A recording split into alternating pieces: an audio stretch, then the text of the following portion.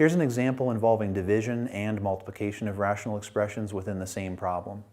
We have x squared minus xy minus x plus y all over x cubed plus y cubed divided by x minus y over x squared plus 2xy plus y squared multiplied by x squared minus xy plus y squared over x plus y. The first thing to do when you have a division by a rational expression is multiply by the reciprocal of the rational expression that follows the division sign. So let's keep the first rational expression, in other words the first fraction, as is with no changes. I'm copying down the first rational expression here exactly like it was. I'm changing the division to multiplication, and I'm going to take the reciprocal of the fraction that followed the division symbol. So now we're multiplying by x squared plus 2xy plus y squared over x minus y. And then keep the third rational expression the same. It has a multiplication before it, so we do not need to take its reciprocal. I'm simply copying the last fraction as is. Okay. Now it's just three rational expressions that need to be multiplied. So the procedure is factor all numerators and factor all denominators, and then write it as a single rational expression, and then reduce. So let's factor all numerators and all denominators that can be factored. For the first numerator here, we have 4 terms, and whenever there are 4 terms in a polynomial, the way to try to factor it is the grouping technique, factoring by grouping. So I'm going to look at the first 2 terms and think what they might have in common. They both have a common factor of x that we can factor out.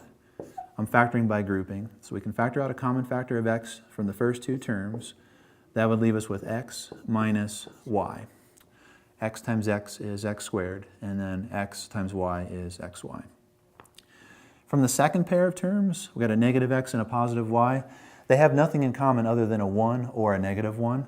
So since we need x minus y to be left over once we factor something out, our best bet is to factor out a negative 1. If we factor out a negative 1 from the second pair of terms, we're going to get a positive x and then a negative y. Negative 1 times x makes negative x, and then negative 1 times negative y is positive y. So there's the first stage of factoring by grouping in the numerator. As for the denominator of the first fraction, x cubed plus y cubed, that's a sum of cubes. So we need to simply remember the sum of cubes factoring formula. For x cubed plus y cubed, the sum of cubes factoring formula is x plus y times x squared minus xy plus y squared. So that's something that hopefully you still have memorized. There's the first denominator in factored form. For the second rational expression, the numerator x squared plus 2xy plus y squared, it's a trinomial, and I don't see anything in common that we can factor out. So I'm going to break open 2 sets of parentheses and see if we can determine how to factor it. I'm thinking what times what is x squared. That would be x times x. And then what times what gives us y squared. That would be y times y. To get a positive 2xy for the middle term, we can put 2 positive signs there. The outer product would be positive xy, and the inner product would also be positive xy, and those 2 terms add up to positive 2xy.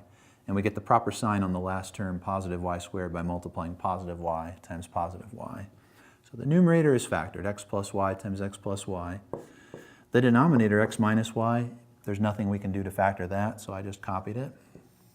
As for the third fraction here, the third rational expression, the numerator is a trinomial, and I'm noticing that this numerator is exactly the same as this factor in the first denominator.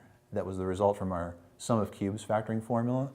So let's just leave this factor as is here. There's in fact no way to factor it. We could try, but we wouldn't be able to factor x squared minus xy plus y squared. It's convenient though because we'll then be able to reduce it with the factor that's in the first denominator. X plus y in the denominator of the third fraction, there's no way to factor it, so let's copy x plus y. There's one more thing we need to do to continue to factor the first numerator. So we started it by factoring by grouping. Now this term and this term have a common factor of x minus y that we can factor out. So to finish factoring the first numerator, we need to factor out the common x minus y factor and then break open a new set of parentheses for what's left over from each term. Left over from the first term is x, and left over from the second term is -1. The first numerator is now factored. The denominator is already factored as completely as it can be, so I'm copying it. The numerator and denominator of the second rational expression are factored completely, so I'm just going to copy those, x plus y times x plus y, all over x minus y. And the numerator and denominator of the third fraction, we can't factor either of those, so I'm copying the third fraction exactly as is. Okay. Everything is factored completely. The next step in the process of multiplying these three rational expressions together is to write it as one rational expression. So let's write it as one huge fraction here. We have x minus y times x minus 1 times x plus y times another x plus y times x squared minus xy plus y squared. That's the numerator. And for the denominator, we've got x plus y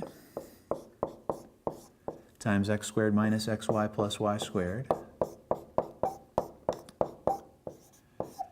times x minus y times x plus y. Okay, it's now one fraction. The very last thing to do is to reduce ratios of common factors or ratios of opposite factors. So I'm looking to see what common factors we might have. I see an x minus y, which will reduce with the x minus y in the denominator, and the result is 1 there. And other common factors, let's see. X plus y, one of these x plus y's can cancel with that x plus y, for example, and the result is 1.